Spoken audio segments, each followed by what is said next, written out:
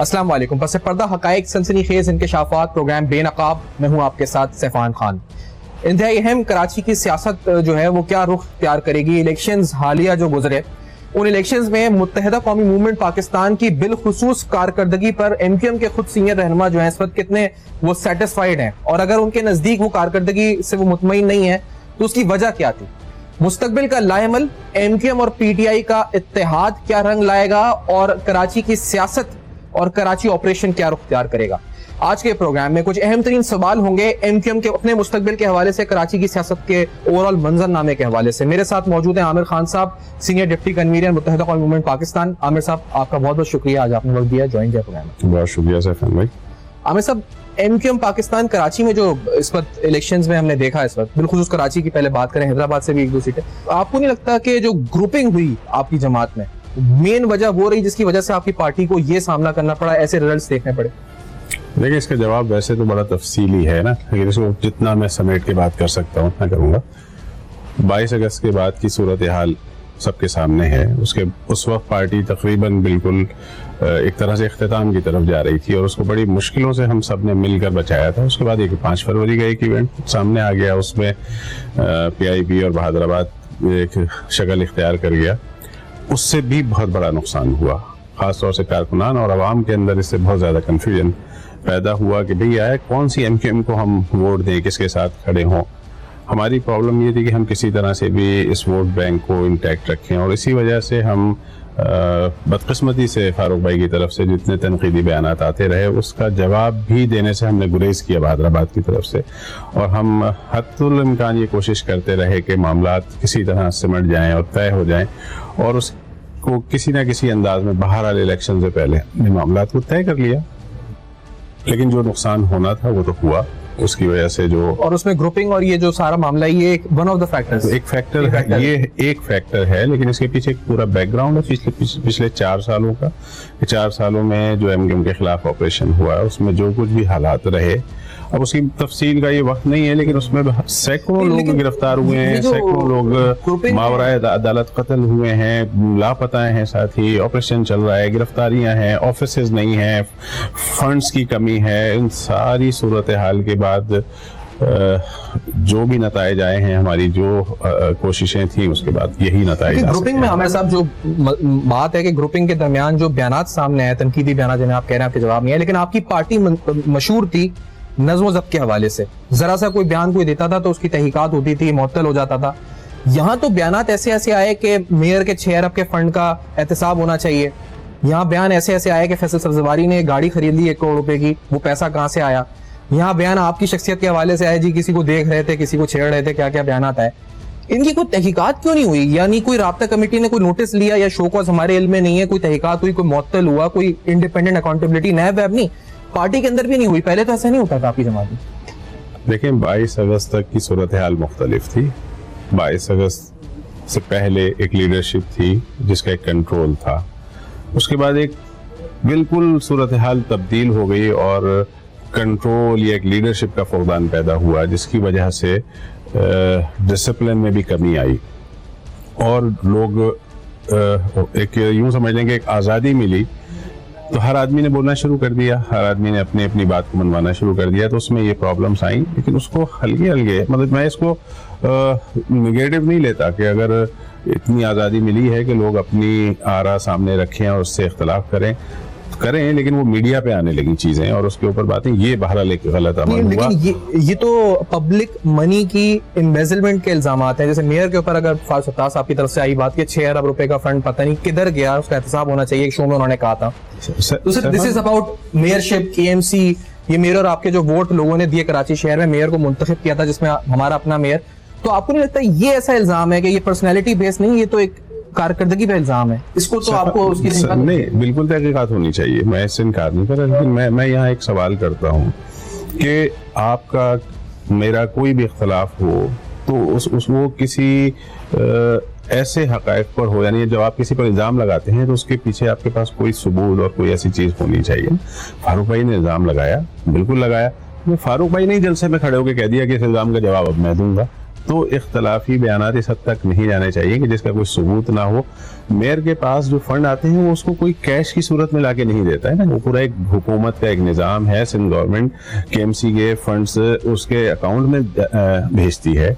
Audit करे, Sindh government audit करे, नैब audit करे। अगर मेयर ने करप्शन किए तो ऑडिट कर लेना, चेक कर ले। वो मेयर अपनी जेब से तो किसी को पैसे नहीं दे देता या उसके पास नहीं आ जाते। उसका पूरा एक मैकेनिज्म है, टेंडर्स होते हैं, उसका ऑडिट होता है, उसका गवर्नमेंट की तरफ से चेक जारी होता है।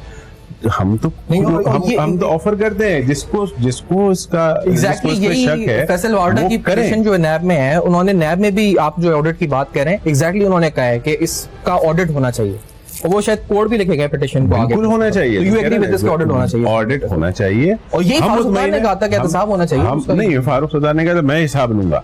वो हिसाब लेने का इख्तियार नहीं रखते, फारूक भाई इख्तियार नहीं रखते मेयर से हिसाब लेने का। लेकिन आपकी अपनी पार्टी के अंदर जो विद इन पार्टी तो आप पूछ सकते हैं ना कि भाई तुमने फंड निस्बत अगर खर्च हुए, या मिसाल के तौर पे अभी जो बात है कि फैसल सब्जवारी ने गाड़ी खरीदी 1 करोड़ रुपए की, वो कौन सी गाड़ी है 1 करोड़ रुपए की जो खरीदी उन्होंने, और कहाँ से उनके पास पैसा आया? कुछ पूछा आपने पार्टी में, है भी खरीदी या नहीं खरीदी, ऐसी बयान उड़ गया या क्या है? ये इल्जाम भी फारूक भाई या कामरान डिसोरी की तरफ से ही लगा है ना। तो वो एक पूरा इल्जामात का एक सिलसिला चल रहा था। फैसल उनके पास गाड़ी वैसे 1 करोड़ रुपए की गाड़ी 1 करोड़ की हो, मैं कहता हूँ 10 करोड़ की हो, जिसको ऑडिट करना है, जिसको तहकीकात करनी है, कर लेना। हम मुतमईन है, हमें पता है कि जायज तरीके से उन्होंने खरीदी है। उन्होंने तो इल्जाम ये लगाया था कि मेयर ने उनको करप्शन करके दिलवाई है।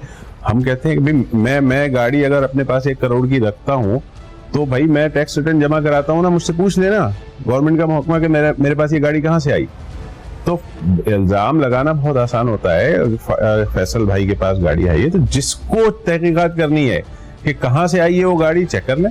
सही, वो ये होता है ना कि नॉन सोर्सेज ऑफ इनकम, अगर आपकी सोर्स ऑफ इनकम से ज्यादा आपकी सोर्स ऑफ इनकम ये है नहीं कि आप 1 करोड़ रुपए गाड़ी खरीद सकें, मौजूद है, लेकिन उसका इदारे मौजूद है, तहकीकात करें। लेकिन इल्जाम लगा था तो आपकी पार्टी से लेकिन कोई इस पे ना तहकीकात हुई और ना कुछ हुआ, आपने इसको एक तनकीदी बयान समझ के खत्म कर दिया। समझते हैं ना कि ये इल्जाम गलत था, झूठा इल्जाम था, इसके पीछे कोई भी हकीकत नहीं थी, बिल्कुल झूठा इल्जाम था। तो हम समझते हैं, तो हमें अच्छा, एक और बात आमिर साहब ये हुई अभी कि अभी जो वजारतों का मामला चल रहा था, इस दौरान बात ये उड़ी कि आपकी, और खबरों में भी कुछ आया कि आप लोग चाहते हैं कि पोर्ट्स एंड शिपिंग की मिनिस्ट्री आपको मिल जाए, और उसके बारे में तासुर ये है कि वो इसलिए आप लोग चाहते हैं कि उसमें ज्यादा पैसे कमाने का चांस होता है। इज इट ट्रू कि आप लोग पोर्ट्स एंड शिपिंग की मिनिस्ट्री चाहते हैं? मुझे नहीं पता ये किसने कहा और कहाँ ये बात हुई कि हम पोर्ट्स एंड शिपिंग चाहते थे। MGM की राब्ता कमेटी बैठ के सारी चीजें तय करती है। राब्ता कमेटी ने 2 मिनिस्ट्रीज के ऊपर बात की थी, हमने 4 मिनिस्ट्रीज की बात की थी, जिसमें से हमको उम्मीद थी कि 2 हमें मिनिस्ट्रीज मिलेंगी। हमने नंबर 1 जो प्रायोरिटी पे थी वो IT और पेट्रोलियम की बात की थी।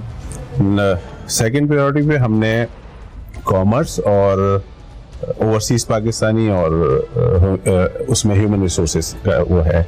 तो हमने इन 4 मिनिस्ट्रीज की बात की थी, जिसमें से 2 के ऊपर हमारा एग्रीमेंट हुआ। IT और ओवरसीज पाकिस्तानी की मिनिस्ट्री सेकंड फेज में उन्होंने हमसे वादा किया है कि वो सेकंड फेज में जब दूसरे फेज में लोग उठाएंगे उसमें वो देंगे।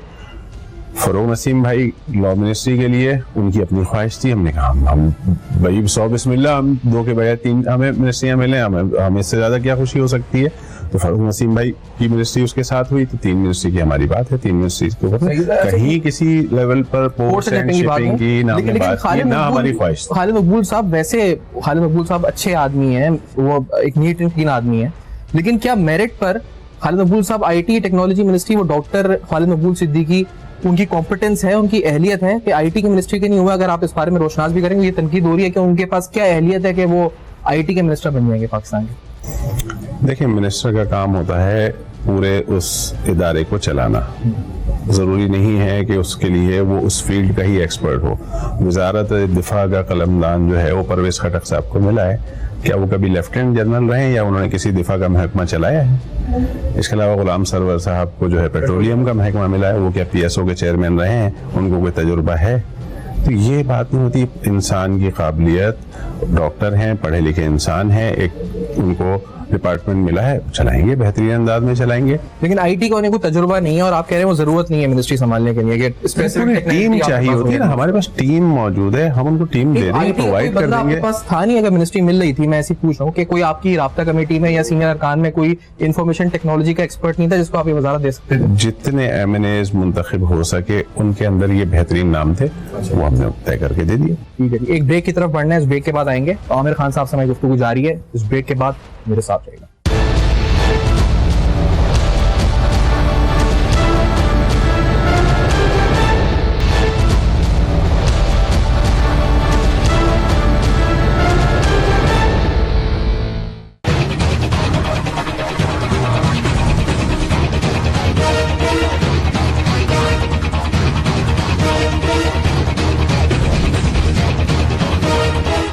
Welcome back. आप देख रहे हैं बेनकाब में आज हम मौजूद हैं आमिर खान साहब के साथ, सीनियर डिप्टी कन्वीनर मुत्तहिदा कौमी मूवमेंट पाकिस्तान, और उनसे अहम तरीन सवालात मुल्क की सियासत और कराची की सियासत के हवाले से हम कर रहे हैं। आमिर खान साहब, जो आपने नारा लगाया एक जनूबी सूबे का, जो हम सुन रहे थे दौरान इंतखाबी मुहिम, अब हुआ ये कि ये नारा ऐसा लगता है कि इलेक्शन से पहले आप लोग इस वक्त जो है वो अपने वोटर्स को देते हैं, लेकिन जब आप हुकूमत में आते हैं तो उस नारे को भूल जाते हैं।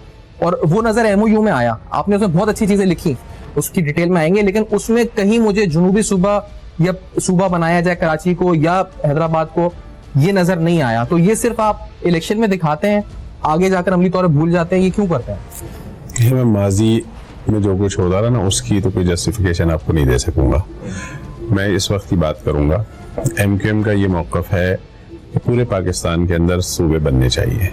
उसमें हमने कहीं ये जुनूबी लफ्ज या कोई ऐसा इस्तेमाल नहीं किया है। हमारा ये मौकफ है कि सिंध में भी सूबे बनने चाहिए, सिंध में सूबों का इजाफा होना चाहिए। हमने इस पर बात भी की। पीटीआई का अपना मौकफ है, वो एक दूसरी पार्टी है, एमक्यूएम अलग पार्टी है। एमक्यूएम चाहती है कि पाकिस्तान के अंदर सूबे बने, वो पंजाब के अंदर एक सूबा बनाना चाहते हैं, तो ये उनका मंशूर है, हमारा तो नहीं है ना। हम हुकूमत में इतनी बड़ी तादाद में आएंगे जब ही इसके ऊपर अमल कर सकेंगे। इसके लिए कोशिशें जारी रखेंगे, हर फोरम के ऊपर बात करते रहेंगे। पीटीआई से भी बात करी, हमने कहा आप कम से कम आप इसको उसके अंदर ये लिख लें कि पूरे पाकिस्तान के अंदर सूबों का इजाफा हो। उनकी उसके अंदर रिजर्वेशन थी कि हमें प्रॉब्लम होगी इसके अंदर। भाई ठीक है, आपको प्रॉब्लम होगी, कर लें। जब कहीं बैठ के कोई एग्रीमेंट होता है, कुछ बातचीत तय होती है, तो भाई कहीं कुछ दो बातें मानी जाती हैं, दूसरे की कुछ दो बातें मनवाई जाती हैं। तो जो इश्यूज हमने डिस्कस किए, उसमें जो बातें मनवाई हैं वो हमने शहर के लिए तो करी है, शहर की बेहतरी के लिए तो मनवाई है। लेकिन पीटीआई ने माना नहीं, सूबे पीटीआई ने उसको एग्री नहीं किया।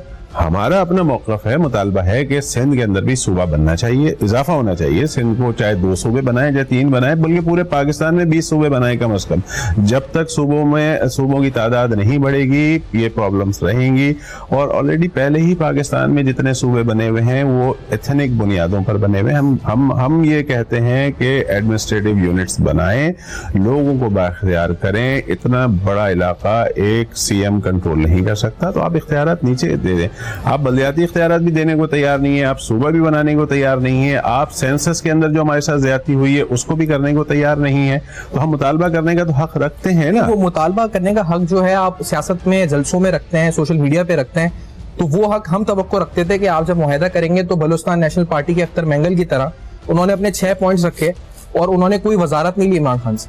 उन्होंने कहा मेरे 6 पॉइंट्स पे जब अमल दरामद होगा तो फिर मैं वजारत लूंगा, अगर नहीं होगा तो मैं आपके इत्तेहाद से हट जाऊंगा। उन्होंने अपनी सीटों का। लेकिन एमक्यूएम पाकिस्तान नारा लगाती है कि और सूबे होने चाहिए, लेकिन एमयू के अंदर सूबों का जिक्र नहीं होता। बात 2002 की हो जाती है, 3000 पता चला एमक्यूएम। और अगर मुआहदे पे अमल नहीं हुआ तो आपके वजारतें आपको मिल गई हैं, अब आप छोड़ेंगे नहीं छोड़ेंगे ये भी नहीं पता। अख्तर मेंगल साहब ने तो वजारत ही नहीं ली ना सर। क्यों नहीं भाई, उनका मसला है ना। अख्तर मेंगल साहब वजारत लें ना लें, ये उनका मसला है। हम ये समझते हैं कि एमक्यूएम अगर हुकूमत में बैठेगी तो जाकर अपने शहर के लिए, अपने लोगों के लिए कुछ तो काम कर सकेगी ना। इन मिनिस्ट्रीज के जरिए कुछ तो डेवलपमेंट के काम कर सकेगी, कुछ यहाँ के लोगों के नौकरियों के मसाइल हल कर सकेगी। हम वो काम करने की कोशिश करेंगे, नहीं कामयाब हो सकेंगे तो कौन सा मसला है वजारत से बाहर आने में। 2 मिनट में बाहर आ जाएंगे। अगर हमारी बात को नहीं सुना जाएगा, सूबे का मुतालबा है, हमारा अपना मौक़िफ़ है, वो मौक़िफ़ हर प्लेटफॉर्म पर दोहराते रहेंगे, चाहे प्रोविंशियल असम्बली हो, चाहे वफाक के अंदर हो, हम ये मुतालबा भी करते रहेंगे, इसके ऊपर आवाज़ भी उठाते रहेंगे और इसके ऊपर कोशिश भी करते रहेंगे। ये हम करते रहेंगे। लेकिन हमने MOU में जो पॉइंट्स रखे हैं उसमें आर्टिकल 140A के तहत जो बल्दियात के इख्तियारात हैं हमने उसको रखा है। हमने उसके बाद एक MOU तो आपके सामने वो आया है जो जहांगीर तरीन साहब के सामने बैठ के उनके साथ साइन हुआ है। एक और रिटर्न एग्रीमेंट भी हुआ है जो तहरीरी तौर पर शायद आप तक अभी नहीं पहुंचा हो, जिस पे इमरान इस्माइल साहब ने यहाँ बैठकर यहाँ आकर हमसे बात करी है, मीडिया के सामने बात करी है, जो बहुत ज्यादा हॉट इशू था, जो हमारा प्रॉब्लम था मिसिंग पर्सन का। आरिफ अलवी और फैसल सजवारी वाला MOU है ना जो जी नहीं, उसके बाद इमरान इस्माइल साहब यहाँ तशरीफ लाए थे और नीचे यहीं खड़े होकर उन्होंने मीडिया से बात करते हुए 4 पॉइंट डिस्कस किए थे, जिसमें नंबर 1 पे था मिसिंग पर्संस का इशू कि मिसिंग पर्संस की बहाली के लिए वफाकी हुकूमत अमली कोशिशें करेगी। उन्होंने उसकी यकीनदानी मीडिया के सामने कहा है। नहीं, रिटर्न है, वो अभी तक मीडिया को नहीं पहुंच सका है, वो इसलिए कि टाइम इतना कम था कि रिटर्न हमने वो पेपर भेजा, उस पर साइन होके आ जाएगा। और ये कोई मैं ऐसे मुबालगा आराई से काम नहीं ले रहा हूँ, ये तो मीडिया पे वो कह चुके हैं। लेकिन जो आपके मुतालबात है ना, मिसाल के तौर पे MOU में, उसमें एक आर्टिकल भी रिसेंटली आया था कि वो तमाम मुतालबात वो हैं जो कि अनइम्प्लीमेंटेबल है वफाक की सतह से। आप कह रहे हैं पुलिस को डीपोलिटिसाइज करना है। पुलिस आती है सूबे के मातहत, यहाँ पर सूबा सिंध की हुकूमत के। आपने कहा जी कि इस वक्त नौकरियां क्रिएट करेंगे, तो सूबाई हुकूमत का काम है नौकरियां क्रिएट करना जो पीपल्स पार्टी के पास है।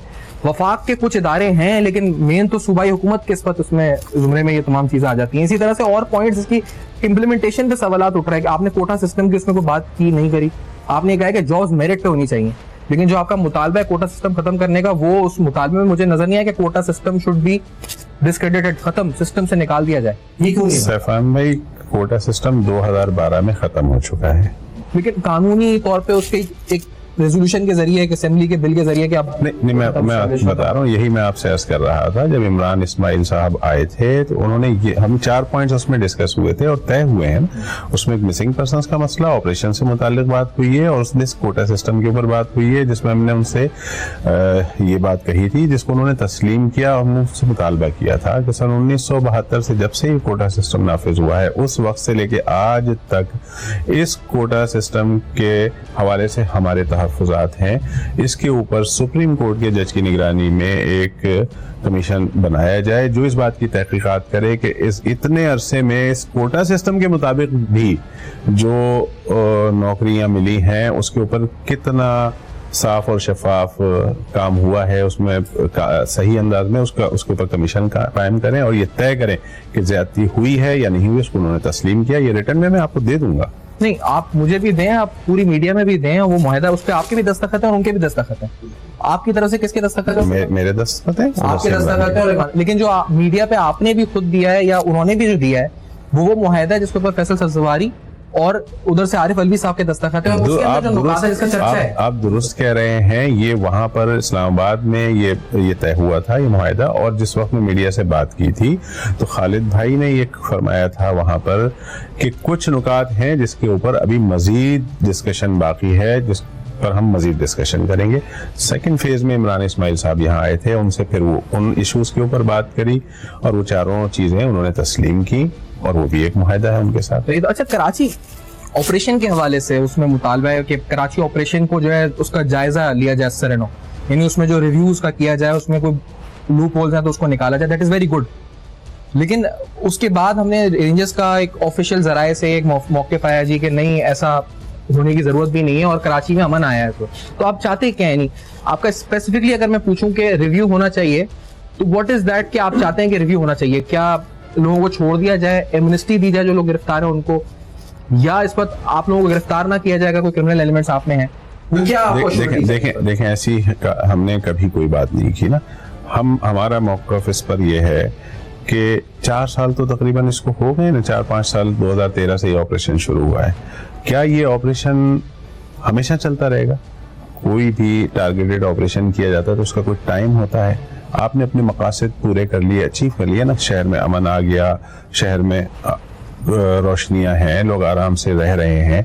अब इसको किसी मंतकी अंजाम की तरफ लेके जाना है या नहीं लेके जाना है, इसके ऊपर हमने बात की और इसके ऊपर इन कंसर्न लोगों से, ये जो रेलिवेंट इदारे हैं, इनसे भी हम बात करते हैं। इनसे भी हमने ये कहा है कि इसको किसी मंतकी अंजाम तक लेके जाना है।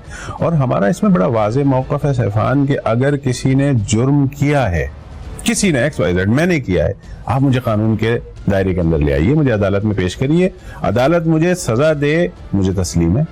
लेकिन ये कौन सा ऑपरेशन है कि जिसमें 172 अफराद जो है वो लापता हो जाएं और उनकी माएँ, उनके वालिदैन उनको ढूंढते रहें और उनको कोई तलाश करने वाला ना हो। तो ये हमारे तहफ़्फ़ुज़ात इसके ऊपर है, इसका कोई हल निकलना चाहिए ना। एक चीज मैं आपसे जरूर कहूंगा, क्योंकि अगर आपके पास वो मुआहिदा भी है तो हम देख भी लें, अगर इस वक्त अवेलेबल है तो we can also show in the media कि आपने जो मुआहिदा किया उसमें आप कह रहे हैं मिसिंग पर्सन का जिक्र है। जी बिल्कुल, पहले नंबर पे पॉइंट है जी, जो पीडीएस आपका हो चुका, साइन जिसको हो चुका है। देखें, ये हमने पहले बात की थी उनसे, उन्होंने हमसे यही बात की थी कि हमें इसमें प्रॉब्लम आएगी बलूचिस्तान में, तो इसको रिटर्न में नहीं लाएं और हम इसका कमिटमेंट करते हैं।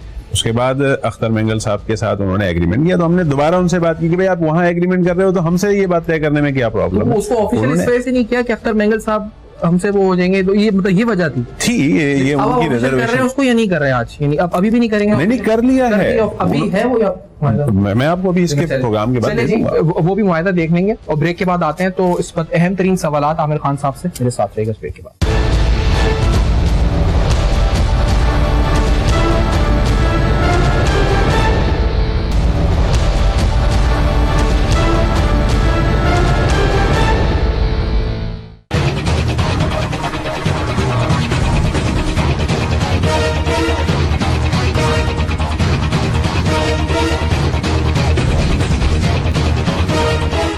Welcome back. आप देख रहे हैं बेनकाब, और बेनकाब में अहम तरीन सवालात कराची की सियासत के हवाले से और मुत्तहिदा कौमी मूवमेंट पाकिस्तान के हवाले से आज पूछ रहे हैं उनके डिप्टी कन्वीनियर जनाब आमिर खान साहब से, सीनियर रहनुमा एमक्यूएम के। आमिर खान साहब, तो NA 243 पे अभी आपने फैसला कर लिया कि ज़मीनी इंतखाबात में किसको खड़ा करेंगे? इमरान खान जो अभी नाम तय नहीं किया है, लेकिन हम हिस्सा लेंगे, 243 पे भी लेंगे और इसके बाद